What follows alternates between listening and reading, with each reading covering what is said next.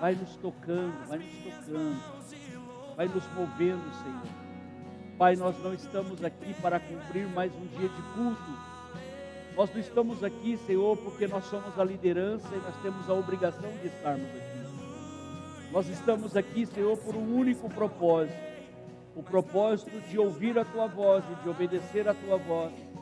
De Te amar, Senhor, cada dia mais. De querer mais do Senhor a cada instante, meu Pai. Senhor, só Tu podes, Senhor, fazer algo, tocar-nos. Então nos toca, Senhor, de uma forma sobrenatural. Que esta não seja mais uma quinta-feira na nossa vida, Senhor. Que esta não seja mais um momento ou mais um dia especial de culto, Senhor. Mas que, ó Deus, esta quinta-feira seja aquela qual o Senhor escolheu para nos mover, para nos tocar, para nos fazer chegar à Tua presença, Senhor. Para ouvir de Ti, para ter de Ti. Senhor, nos permita experimentar, Senhor. Experimentar algo a mais, Senhor. Experimentar, Senhor, a presença e o poder sobrenatural. Senhor, o que o Senhor me perguntou nesta semana, Senhor, é isso que eu quero também perguntar aos meus irmãos. Qual é a experiência que nos faz lembrar do Senhor? Qual é a experiência que nós tivemos que nos motiva a estar na Tua presença, Senhor? Ah, meu Pai, nós queremos mais de Ti, Senhor. Então nos toca agora, nos move agora de uma forma sobrenatural, Senhor. Enche o nosso coração, enche o nosso caráter, transformando ele, transformando os nossos dias, transformando os nossos momentos, transformando a nossa situação, Senhor. Ah, papai, toca, Senhor, de uma forma sobrenatural. Meu Deus, nós estamos reunidos aqui. E agora nós estamos unidos aqui, Senhor. E um propósito único que tem no nosso coração. O de entrar nesse ambiente, nessa atmosfera, aonde há a Tua presença, aonde há a Tua soberania, aonde há a Tua graça, onde há o Teu amor, Senhor. É isso que nós queremos, Senhor. É isso que nós queremos, Senhor, em nome de Jesus, em nome de Jesus, glórias a Ti, Senhor.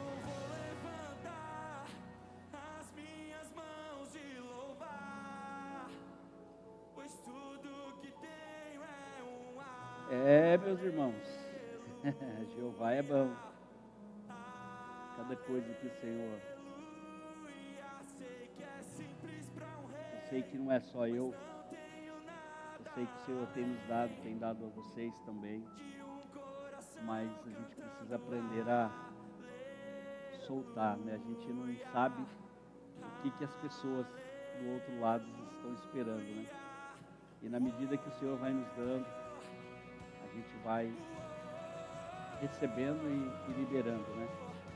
Olha que coisa linda, que na oração o Senhor nos traz umas coisas que eu nunca tinha ouvido isso. Mais uma das que o Senhor fala comigo e eu nunca ouvi.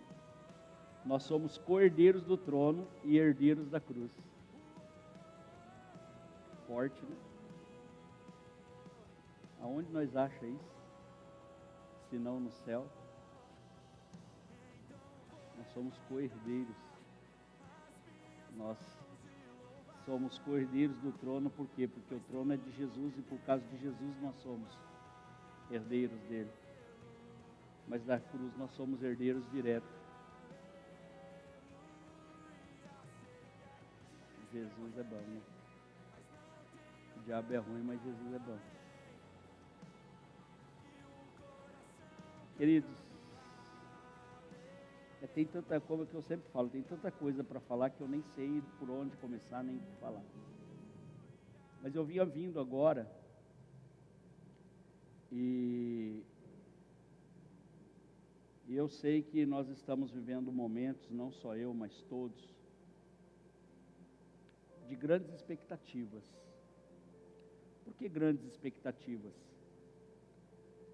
Porque a gente até sabe que vai vir um fim, estamos perto do fim, mas nós não sabemos como agir. A gente não sabe como fazer e como viver isso, e esse tempo. Por isso eu tenho dito que esse é o tempo mais difícil da igreja na terra. É o nosso tempo de dificuldade. Não é só apenas um tempo de escassez, não é só um tempo de necessidade, não é só um tempo de dificuldade, mas é um tempo onde a gente, é que nem aquela expressão, nós estamos como cegos no tiroteio. A gente não sabe de onde vem a bala e nem para onde vai. Então a gente fica sem saber, e o que acontece? Muitos até sabem desse final, mas eles também não estão se preocupando com isso. E talvez eu acho que essa deve ser a grande tristeza da verdadeira igreja do Senhor. A verdadeira igreja do Senhor, ela não está triste porque Deus talvez não esteja se manifestando. Porque na verdade eu até acredito que o Senhor está se manifestando muito mais agora, nesse tempo, do que em outros tempos. Porque a manifestação desse tempo, ela é diferente da manifestação de tempos atrás. Tempos atrás, quando o Senhor se manifestava, bastava um toque e a gente cair no chão e rolar, que já estava tudo maravilhoso. E hoje não é mais isso. Por mais que nós queremos isso, por mais que eu tenha pedido para o Senhor essa manifestação, para que a gente sinta que Ele está perto, mas o Senhor tem estado. O Senhor tem estado conosco. O Senhor tem nos dado forças para continuar, queridos.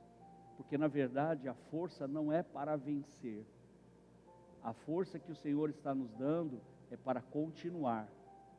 Porque devido a tantas estas lutas, batalhas e guerras, talvez a gente pare pelo meio do caminho, como muitos estão parando.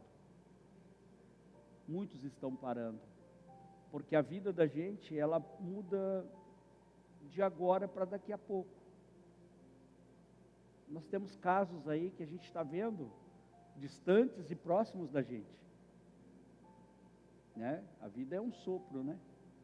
Quando que nós poderíamos imaginar que ia acontecer o que aconteceu com o pastor Charles? Foi muito rápido. Ontem ainda levei um susto, na hora que eu cheguei aqui na igreja, onde tinha um Civic aqui, igualzinho dele. Eu falei, Deus, o Senhor não tem jeito mesmo, né? O Senhor gosta de machucar a gente, de dar pancada na gente. Mas é apenas, são coisas que são sinais. Eu vejo isso como sinais de Deus. Não é sinais de Deus dizendo para a gente que a gente é inferior, mas é dizendo o quanto a gente pode vencer e o quanto a gente pode chegar mais longe. Não existe guerra confortável, queridos. Essa foi a palavra que o Senhor disse para mim. Por quê? Exatamente pelos dias que nós estamos passando. Exatamente pelas coisas que temos vivido. Então o Senhor tem falado, às vezes a gente espera grandes coisas, né? Grandes moveres do Senhor. E às vezes numa palavra Deus elimina todas as nossas coisas. Elimina todos os nossos argumentos. Porque quando as coisas, como nós temos pregado nesse tempo, que as lutas virão, e essas lutas muitas vezes, a gente tem que estar preparado como que nós vamos enfrentar elas, como algumas ministrações que nós pregamos nesses últimos dias, falou exatamente isso. Por quê? Porque nós não podemos olhar para Deus e ver Deus somente nas coisas boas. Porque se nós só vermos que Deus está nos abençoando por aquilo que está acontecendo de bom, a gente se torna uma presa fácil. A primeira coisa ruim que vier a acontecer, nós desmoronamos. A primeira coisa ruim que acontecer vai fazer a gente desistir. Mas o Senhor, Ele tem vindo com essas palavras, então fique atento a essas palavras. São palavras pequenas e simples, mas que elas fazem uma diferença muito grande. E às vezes nós nos enchemos de argumentos, quando algumas coisas não começam a dar certo. A gente vai buscar todos aqueles argumentos, e a gente nunca traz um argumento bom, sempre os argumentos ruins. Por que fulano está prosperando? Por que fulano está conseguindo? Por que que o fulano que é... E aí, nessa coisa, a gente também passa o quê? A ser o julgador das coisas. A gente começa a agir como se nós fôssemos melhores do que eles. Como se nós fôssemos os intocáveis. E aí a gente não percebe, e a gente começa a ver a superioridade que às vezes a gente nem tem, mas acha que tem.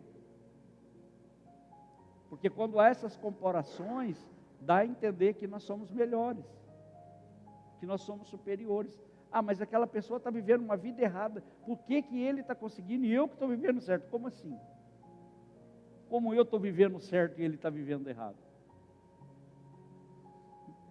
Então a gente se baseia em coisas que não precisa, que não é verdadeiras. E às vezes a nossa oração, ela se transforma somente em argumentos. Então o que nós não podemos é deixar que isso aconteça. Porque não existe guerra confortável. Desde o anúncio de Jesus na terra, ele já nasceu guerreando. Jesus já nasceu pelejando pela própria vida, querido. Porque antes mesmo de nascer, ele já estava recebendo um veredito de morte. Alguém já estava querendo matar ele antes dele nascer. Olha coisas que a gente às vezes não entende, que o Espírito Santo vai nos revelando e nos trazendo e dizendo assim: filho, se você está chorando, porque talvez você acha que você vai morrer ali na frente, entenda que essa guerra ela não é confortável. Eu não te coloquei numa guerra confortável, mesmo porque não existe guerra confortável. Existe a guerra que você vai lutar. E há duas possibilidades: ou você ganha ou você perde. E nem se você ganhar é confortável. A vitória também não é confortável. Porque a vitória não é para te trazer conforto, ela é para te trazer paz. Uau! Olha as coisas. Então elas são diferentes, elas têm uma conotação diferente daquilo que a gente imagina que é, diferente daquilo que a gente pensa que é. Então a gente está achando que vai vencer a guerra para ser vitorioso. Não, não, você está vencendo uma guerra para ter paz. Porque no meio da guerra não tem paz, querido. E às vezes nós estamos querendo encontrar uma paz dentro de uma guerra que não tem paz. Então veja bem, quando Jesus recebe o anúncio de estar na terra, ele já está recebendo, já está vindo batalhar, já está começando batalhando. E aí quando você começa a olhar todo o ministério de Jesus, toda a trajetória de Jesus, ele sempre está vivendo o quê? Uma perseguição. Jesus foi perseguido desde o nascimento até a entrega, até o final. Quando ele não era perseguido por um, ele era perseguido pelo outro. Aos 12 anos ele está lá dentro do templo ensinando, e os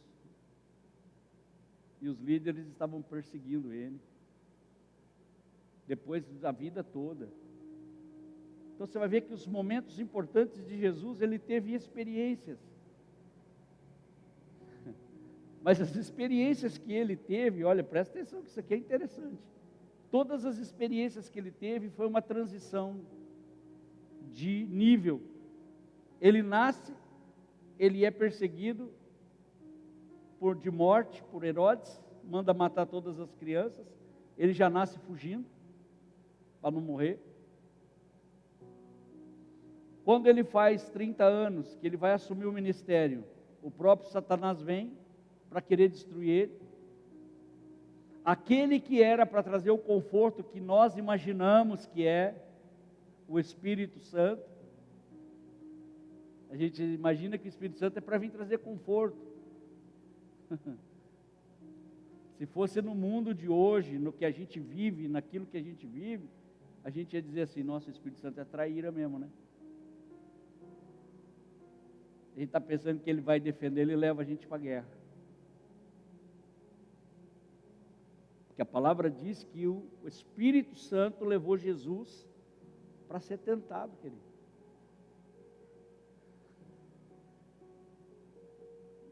Não foi o diabo que levou, o diabo já estava esperando ele. Às vezes a gente acha que o diabo que vai levar a gente para ser tentado, e não é não. Na verdade, o diabo tenta, e o Espírito Santo nos leva para a prova. É diferente. Ele não nos levou para ser tentado, ele nos levou para ser provado. Então, toda situação que está acontecendo na nossa vida hoje, o Espírito Santo está nos levando, não é para ser tentado, é para ser provado. Porque só é aprovado quem faz prova. Não existe um aluno que é aprovado sem fazer a prova.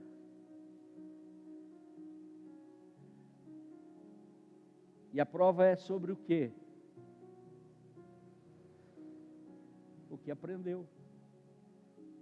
Você não é provado naquilo que você não sabe. Você é provado naquilo que você aprendeu, naquilo que o Senhor falou. Por isso que como aluno, a gente precisa prestar atenção, para que a gente não sofra no dia da prova. O aluno que sofre na prova é porque ele não prestou atenção enquanto o professor estava ensinando. Porque todo aluno que presta atenção e tem atenção ao professor, ele não sofre no dia da prova.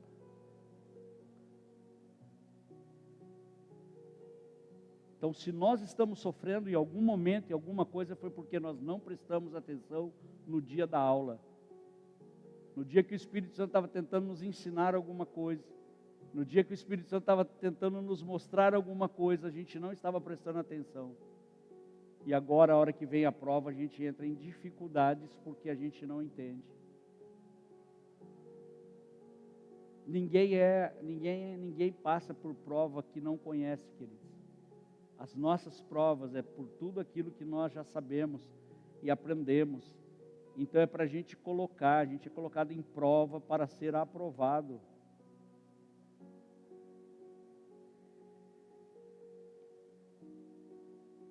Então Jesus, ao nascimento, aos 12 anos, pode ver que é tudo profético.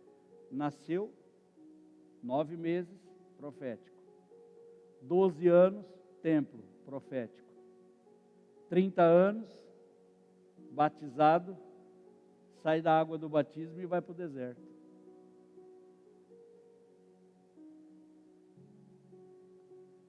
E 33 anos, profético. É quando ele verdadeiramente ele é aprovado. Com 33 anos ele foi aprovado.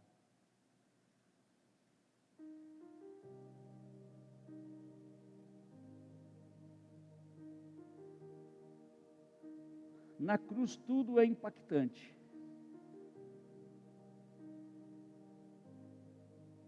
Na cruz, tudo o que aconteceu na cruz, pela cruz, causou impacto. A cruz é algo que tem que causar impacto na nossa vida, por conta da cruz.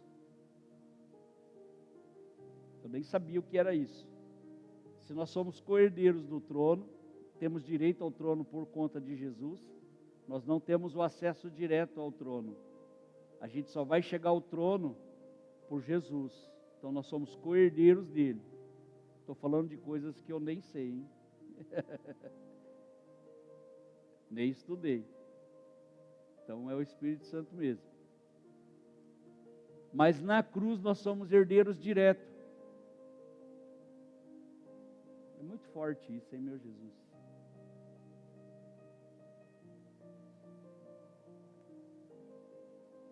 Aí a cruz é impactante. Ela causa um impacto muito forte na nossa vida. A prisão de Jesus foi o primeiro grande impacto. Quando Jesus é preso ali, quando alguém chega para prender Jesus, Pedro age. Como que Pedro agiu? Por impulso. Ninguém vai te levar. Todas as vezes que nós agirmos por impulso, nós estamos agindo por conta própria, com risco de morte e com força que a gente acha que a gente tem. primeiro impacto da cruz. Quando os homens vêm para prender ele, Pedro vai lá e faz algo.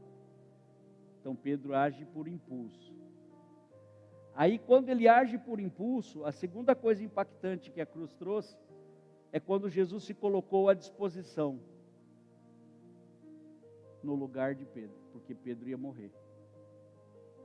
Então ali Jesus diz: opa, peraí, sou eu quem vocês estão procurando. Então Jesus se colocou à disposição. Então o primeiro impacto da cruz é agir por impulso. Segundo, é a disposição. Jesus teve disposição, ele falou: sou eu que vocês estão procurando. Deixa ele, que ele não tem nada a ver com isso, vocês vieram atrás de mim. A terceira coisa que a cruz faz é colocar Jesus diante de Pilatos. Alguém julgando que não tem capacidade para julgar. Porque Pilatos não sabia nada do que estava acontecendo, simplesmente jogaram para ele e falaram: toma, se vira. Por isso que Pilatos fica lá, na linguagem de hoje, papagaiando, né? Falando um monte de coisa nada a ver para Jesus. Querendo achar um jeito de pegar Jesus. Então ele foi colocado em um lugar, em uma situação que não era dele. Ele nem sabia o que estava acontecendo. A quarta coisa foi estar diante do povo. A cruz causou impacto em Jesus, que colocou ele diante do povo agora. Pilatos coloca quem? Jesus e um ladrão. Põe um inocente, a inocência versus o pecado, queridos. Desde lá, presta atenção nos detalhes daquilo que o Senhor está falando.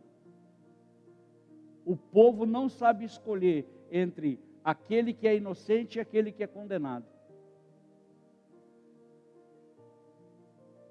O povo escolhe o pecado. Dá liberdade para o pecado e condena aquele que está correto.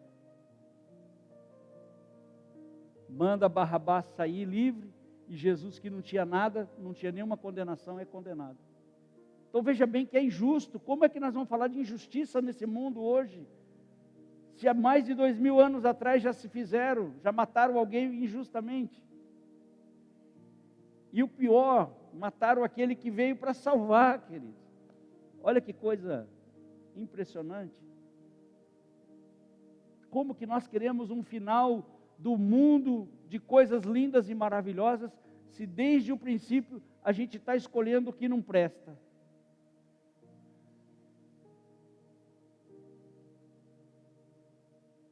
Desde o princípio a gente está libertando o pecado e condenando a justiça.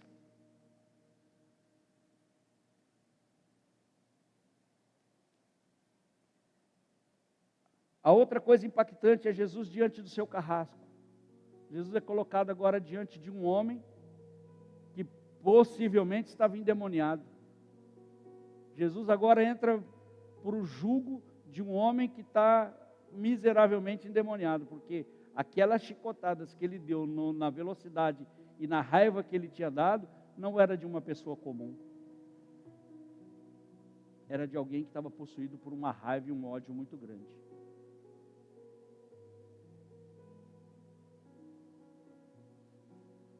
Outro impacto, as chicotadas.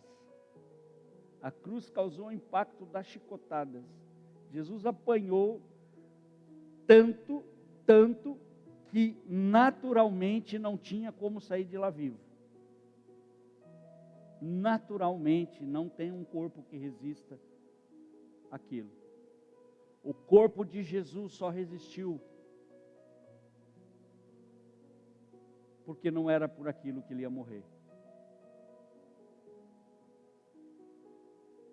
Não era o propósito. O que eu vejo com isso? Você vai apanhar, mas você não vai morrer antes que o propósito se finalize. Uau! Eita Jesus! Você vai apanhar, na guerra você apanha, você vai sentir dores, talvez insuportáveis, mas você não vai morrer nela, porque o propósito não é morrer nela.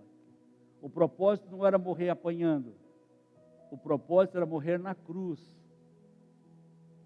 Por isso que o corpo de Jesus resistiu às chicotadas. Aí vem o próximo impacto, Jesus carregando uma cruz com um peso excessivo, além daquilo que ele podia suportar. Quando você carrega um peso que você não suporta, no meio do caminho você deixa, você cai. Todo mundo que quer carregar um peso que não é dele, não vai conseguir finalizar. O peso da cruz era muito pesado para Jesus carregar. Porque o propósito também não era carregar a cruz, era morrer na cruz. Então o diabo sempre vai querer colocar coisas que fogem do propósito. Então essa luta que talvez eu estou passando e você está passando, queridos, ela está fora do propósito. O propósito não é esse.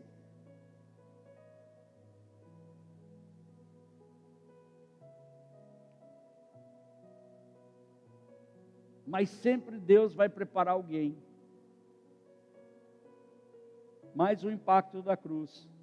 Um homem, um sirineu, Simão,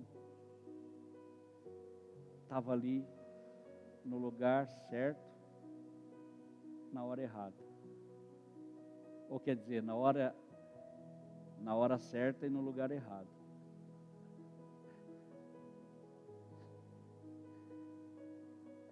Porque pegaram ele, falou, é você mesmo. Você vai carregar o que ele não aguenta carregar.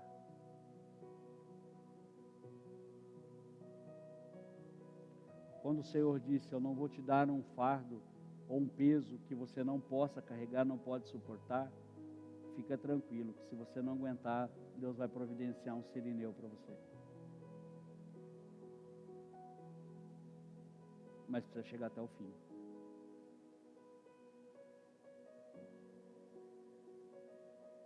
Não adianta chorar. Lógico que chorar faz parte da nossa natureza humana.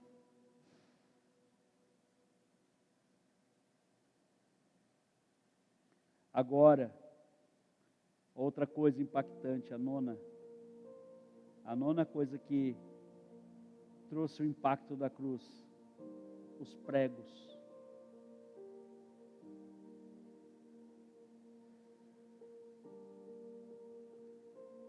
Ser cravado no madeiro com pregos. É impactante isso. Os pregos vão te machucar, mas não vai te matar.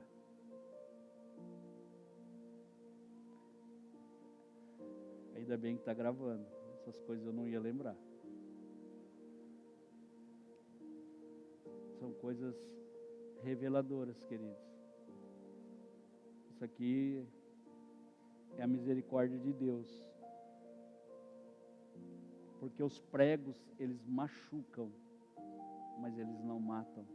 Jesus não morreu quando estava sendo crucificado. É o impacto da cruz. O impacto da cruz vai nos ferir, mas não vai nos matar, porque nós não fomos feitos para morrer com as feridas. Nós fomos feitos para ser pregado na cruz, para morrer na cruz e não nos pregos. 10º impacto da cruz. Jesus está no meio de 2 ladrões, separando a briga dos dois. Calma aí, você fica aqui, outro aqui.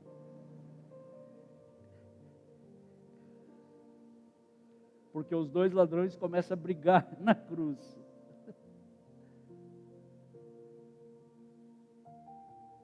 Os 2 querem Jesus. Olha como que é interessante. Os 2 estavam lá, crucificados pelo mesmo motivo. mas brigando por motivos diferentes.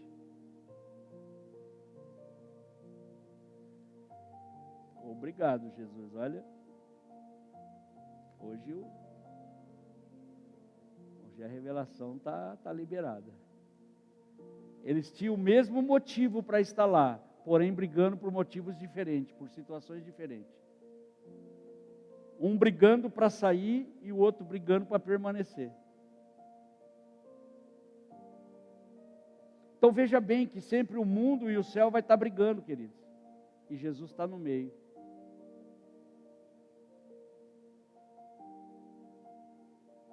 Porque Jesus não veio para condenar o mundo.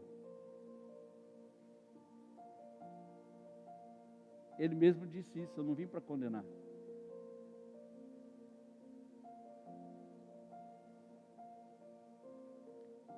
Ele veio para apaziguar a briga.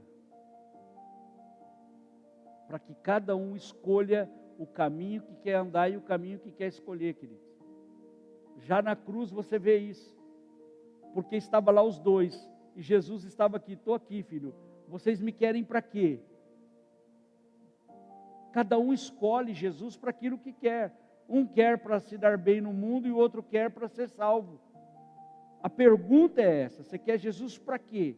Para se dar bem ou para ser salvo? Está lá, a cruz está mostrando isso. Isso é um grande impacto da cruz. A cruz está mostrando, você pode escolher, você está no mesmo lugar, no mesmo motivo, você tem o mesmo motivo. A briga que é diferente.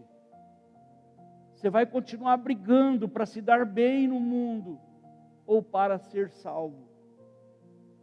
Jesus não interferiu ali naquele momento, Jesus não interferiu em nada na vida deles, a escolha era deles, cada um fez uma escolha.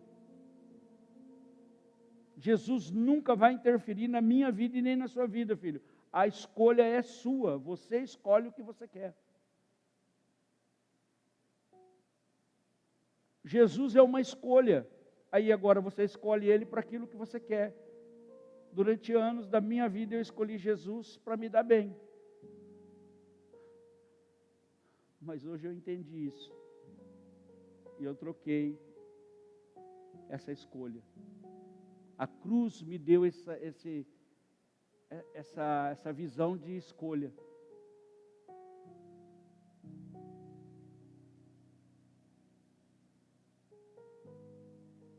Sair de um lado para entrar para o outro lado.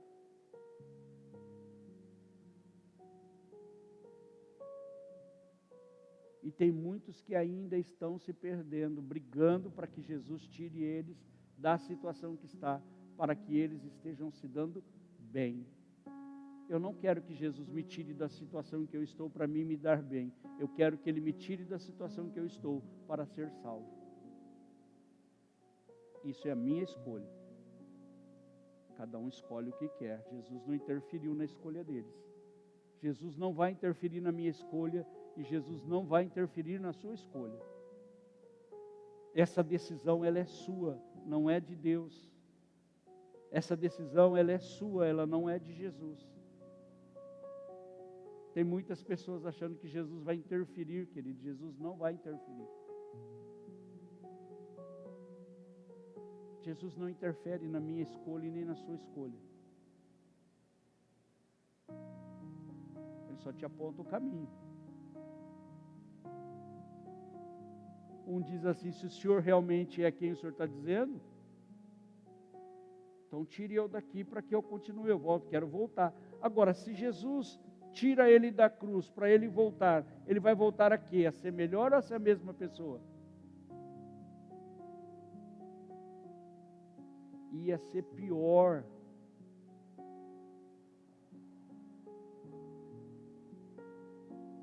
Ele ia ser pior, queridos. Está vendo por que algumas pessoas, às vezes,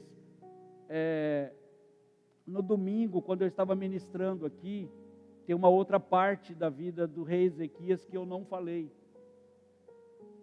Eu deixei para uma próxima mensagem, eu não sei, mas eu refleti muito sobre isso. Se você pode ver aí na Bíblia. E agora, olhando para esse ladrão que estava pedindo para Jesus tirar ele da cruz,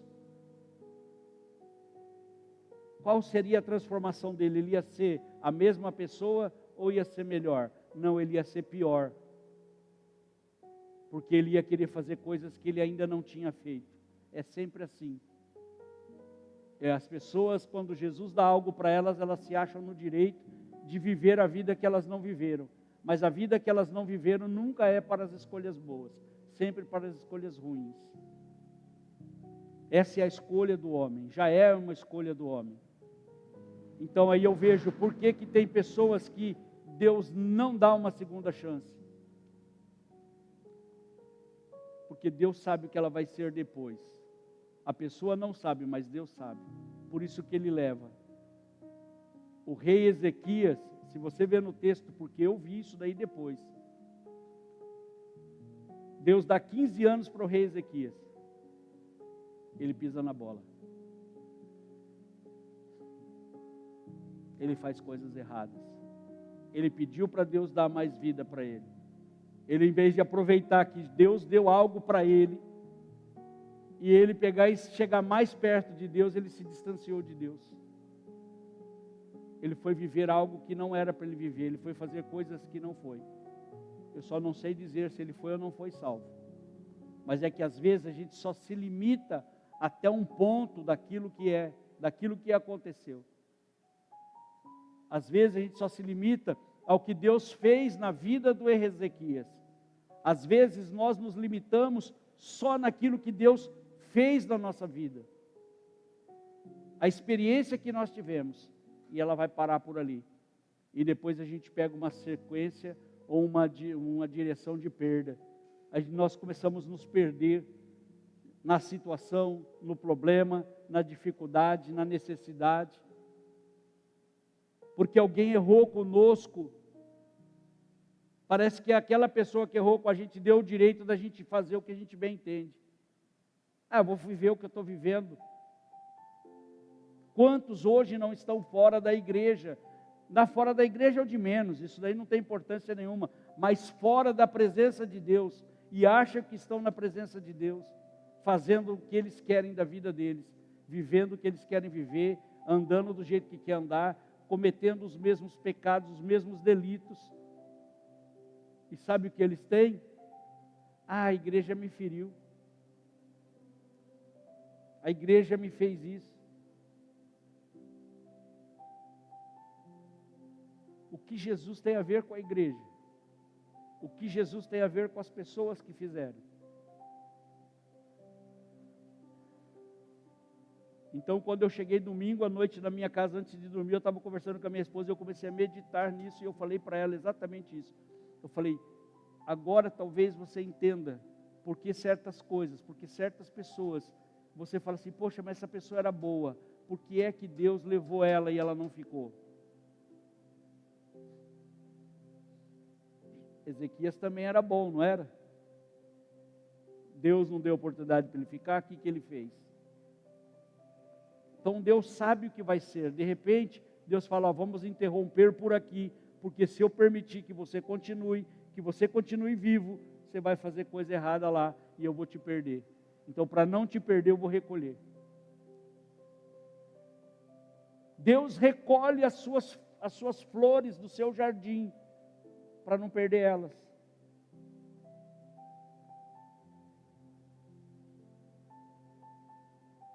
Isso é bom para nós refletirmos, porque, poxa Deus, mas não, por que o Senhor recolheu? Não era para ser, que não sei o que. Nós não sabemos o que vai ser o amanhã, queridos.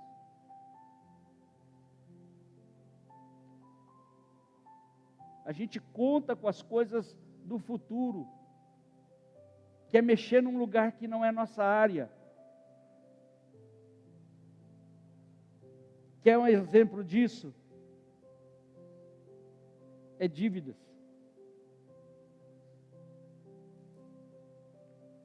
Porque você se compromete em pagar algo amanhã, você nem sabe se você vai estar vivo amanhã. Aí você se comprometeu, aí de repente o que acontece? Aí dá tudo errado, aí você entra em dívidas e você começa a viver. Mas Deus, por que isso? porque você se comprometeu com algo que você nem sabia. O que seria da sua vida, o que as coisas iriam acontecer.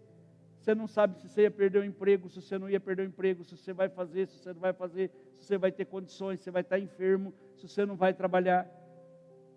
Está entendendo? Ontem eu estava conversando com o Tirso, ele está aqui, eu estava falando exatamente isso, algo que Deus falou comigo, assim, muito simples, né? Só para compartilhar com vocês, porque às vezes a gente faz orações para Deus, e a gente acha que está abafando, né, nas orações. E aí eu comecei a orar a Deus a respeito de algumas coisas. E aí o Senhor pega e me leva a quem? Jesus, queridos. Jesus é o maior exemplo de tudo para a vida. Fala assim, sabe por que Jesus nunca teve preocupação? Deus começou falando isso, Pereirinha. Uma pergunta. Deus fez uma pergunta para mim. E eu vou fazer para você. Por que Jesus não tinha preocupação?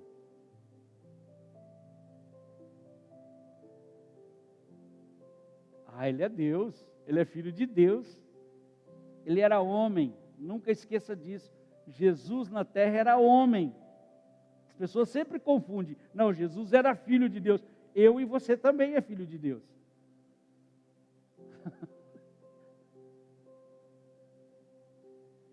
Sabe por que Jesus não tinha preocupação? Porque ele não tinha dívida. A maior preocupação do ser humano hoje é dívida. Jesus não gastava dinheiro. Mas Jesus também não tinha dinheiro. Tá, mas ele não passava fome. Aí ele disse algo a mais, olha que revelação poderosa. Disse assim, eu não dou dinheiro, eu providencio. O que Deus faz é providência, queridos. O que Deus vai fazer na minha vida e na sua vida é providência. Você não entende isso, você acha, porque a igreja sempre pregou que Jesus dá prosperidade. Jesus não dá prosperidade, ele dá providência. Porque Jesus não carregava dinheiro, não tinha dinheiro e não tinha dívida, não tinha preocupação. Mas ele não vivia? Vivia, ele vivia na terra, ele comia todo dia, tudo que nós fazemos ele fazia. É provisão, providência. E o dia em que precisou pagar imposto, Pedro chega nele e fala, Senhor, estão cobrando imposto, mas o senhor é mestre, mestre não paga. Doutor da lei não paga. Jesus disse assim, quem não paga são esses sujeitos aí. Não é isso que o céu ensina, não. O céu ensina que todos têm que pagar o imposto. Então eu vou pagar também. Mas como o senhor vai pagar?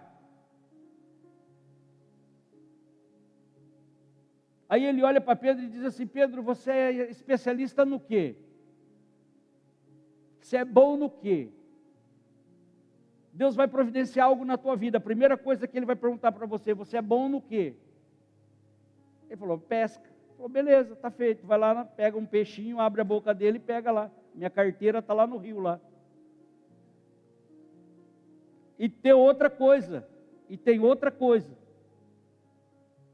Você também já é de maior, você vai pagar imposto também, você tem que pagar. Então, desde lá, Jesus já ensina, queridos, o irmão que não tem, você providencia para ele. Pedro não tinha, Jesus providenciou, falou, pega na carteira, já tira o dinheiro para mim e para você. E Jesus não emprestou o dinheiro para Pedro, Jesus deu o dinheiro para Pedro. Jesus já mostrou que ofertar na vida do irmão é coisa do céu. Jesus ofertou na vida de Pedro, falou, pega lá a moedinha, paga o seu e o meu. A gente faz uma sátira, mas é algo real, queridos, é algo que é nítido aí. Jesus não tinha, mas ele providenciava. O problema é que nós queremos ter, e quando nós queremos ter, a gente não tem providência. E Jesus está aqui para providenciar, não é para a gente ter. Porque nós somos incontroláveis. Eu não estou falando, apontando o dedo para vocês e esquecendo de apontar para mim. Eu já disse, eu não sou melhor do que ninguém. Eu estou aqui para apanhar de Jesus o tanto quanto vocês, e talvez até mais do que vocês. Mas o problema é exatamente isso. A gente tem e a gente exagera. Se a gente não tem, a gente não gasta. Jesus não tinha dinheiro, ele não gastava também. Mas quando ele precisava, ele sabia onde estava.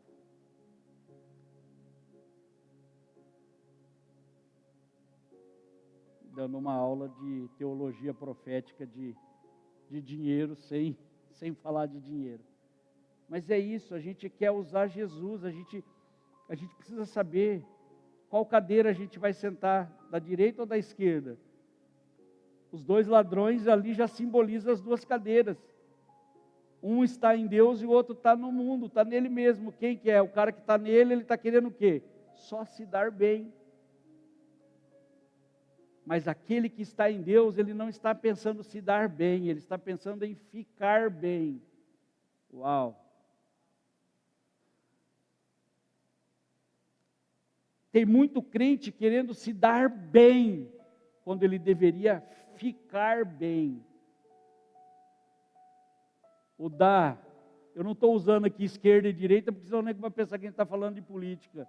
Porque o nosso país, infelizmente, tem essa questão de esquerda e direita. Já vai, lá o pastor falou, não tem nada a ver. Mas era o ladrão da esquerda e o ladrão da direita, os dois eram ladrão.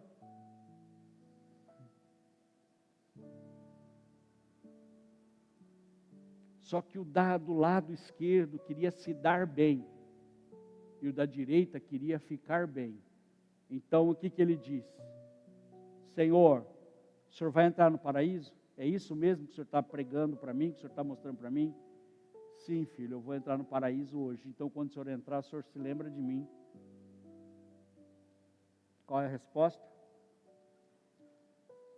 Qual é a resposta? Ainda hoje, não é amanhã. O que Deus vai fazer na sua vida é hoje, não é amanhã. Quando Deus vai fazer algo bom na tua vida é hoje, não é amanhã. Ainda hoje, ele poderia dizer assim, amanhã você vai estar comigo. Não, vamos fazer o seguinte. Lá no domingo, quando eu ressuscitar, você vai estar comigo. Jesus não fala do futuro. Jesus não fala do amanhã, Jesus fala do presente. O hoje, o que a gente entende pela língua? Não sei se é portuguesa, mas talvez seja universal. O hoje é o quê? O presente, já está até dizendo. Presente é o que? É dádiva. O seu hoje é um presente, é uma dádiva de Deus. Você estar vivo hoje é um presente de Deus. Amanhã já é futuro, amanhã só a Deus pertence. De tanto eu dar sempre a mesma resposta, a minha esposa parou de perguntar, mas todo dia antes de dormir ela pergunta, o que você vai fazer amanhã? E eu sempre na mesma resposta. Primeira coisa, acordar. Entender que eu estou vivo. Pode ser que eu durma, mas não acorde. Pode ser que no meio dessa trajetória entre hoje e amanhã, Jesus me chama. Fala, vem cá, filho. Vem fazer uma visitinha para o papai aqui, vem.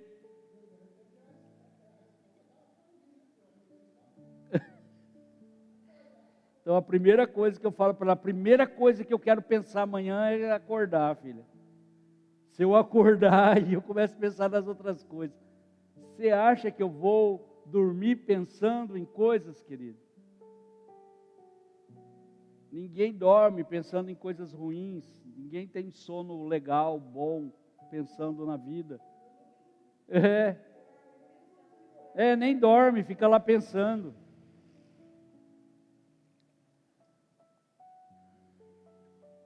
Então são coisas que nós precisamos entender. Por isso eu digo para você que não existe guerra confortável.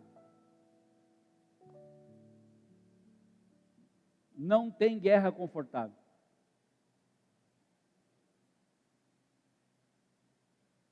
A gente está querendo uma guerra confortável, ela não é confortável. A gente precisa vencer a guerra. E não é vencer para ter vitória, é vencer para ter paz. O motivo da nossa guerra é paz, não é vencer. Porque se nós vencemos, nós mal vencemos uma, já temos a segunda, já tem outra esperando lá. Já tem outra batalha. Então, quando nós vencermos, é para ter paz, não é para ter a vitória.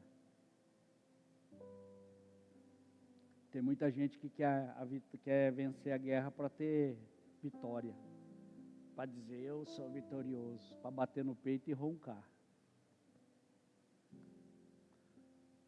Amém? Podia ser no domingo essa palavra, né? Mas aí Deus dá ela na quinta, sempre é assim, né? O povo que não vem de quinta-feira não escuta uma coisa dessa. É simples. Então, é simples. A gente só senta aqui, que nem eu sentei aqui, eu falei, Jesus, o que eu vou falar? Nem sabia o que ia falar. Isso é bom, porque significa que eu não falei nada daquilo que eu queria falar. Falei tudo diante daquilo que Deus está revelando, que para mim também é muito sensacional isso. Então não é coisas que você encontra num livro, na feira. É coisas que você só encontra quando você está na presença de Deus. Isso é coisa de quê? De intimidade. Isso é coisa de secreto. A quinta-feira é o nosso lugar secreto. É o lugar que o Senhor vem e anuncia. Mas essa daqui, vocês marcam aí que essa daqui foi muito forte. Está mexendo comigo até agora. Nós somos cordeiros do trono e herdeiro direto da cruz.